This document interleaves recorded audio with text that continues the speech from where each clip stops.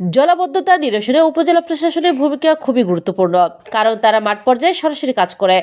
কথা বলছি ময়মনসিংহের তারাকান্ত উপজেলার 10 নং বিশকা ইউনিয়নের মধ্যে দিয়ে প্রবাহিত হওয়া সোয়াই নদীর সরকার খনন করলো মাঝখানে শিমুলিয়া গ্রামে প্রায় 2 কিলোমিটার খনন করা হয়নি। খনন কাজ পুরোটা সম্পন্ন না করায় গজহরপুর এলাকায় অবহেলিত জনপদের কৃষকের পাকা ধান বৃষ্টির পানিতে তলিয়ে গেছে। এই নিম্ন আয়ের মানুষগুলো অনাহারে অর্ধহারে তাদের বেঁচে থাকা কঠিন হয়ে দাঁড়াবে। খাল খনন করা হয়েছিল মানুষের দুর্ভোগ কমানোর জন্য, কিন্তু তা না হয়ে অসহায় কৃষকের সীমাহীন দুর্ভোগের সম্মুখীন করেছে। এমনকি পানির নিষ্কাশনের ব্যবস্থা না থাকায় বসতবাড়িতেও পানি ওঠার উপক্রম হয়েছে।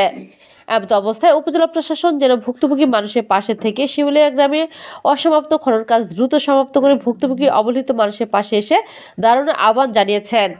এই যে এই ফসলি জমিগুলা দেখতেছেন যে বিগত দিনে আমরা এই পর্যন্ত অতটুক শেয়ান হইছি, আমরা এটি কোনোদিন পানিতে আমরা কাটতে হয় নাই।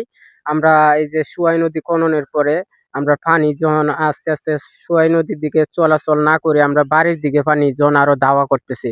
এই ফসলের জমি আমরা প্রত্যেকটি যা কৃষকের জমি আছে আমরা সবটি বাড়ির তলে ভরে গেছে। আমরা যে 1 কুইন্টাল ধান বাড়িতে নিব এই আশঙ্কা আমাদের মাঝে নেই।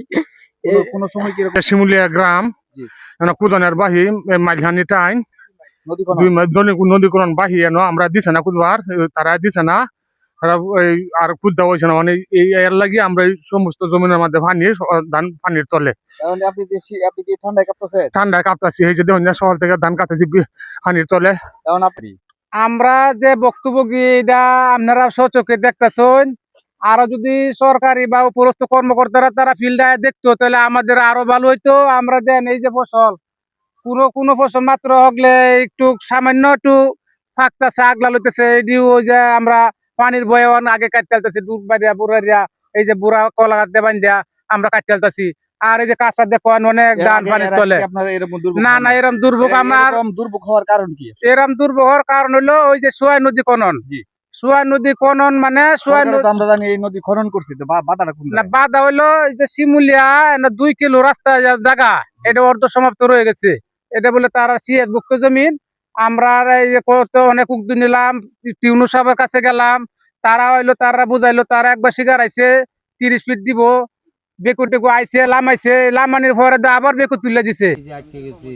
সোয়াই নদী খনন করার পরে আর পানি কোনো দিকে পানি তো আটকে গেছে। সরকার তো আপনাদের সোয়াই নদী খনন করে দিছে, তাহলে আটকেছে কোন জায়গায়?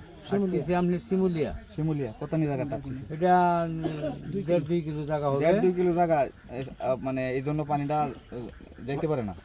এখন যদি 1.5-2 কিলো আপনার খনন করে দেয়, তাহলে আপনাদের আর কোনো সমস্যা নাই? না, সমস্যা নাই।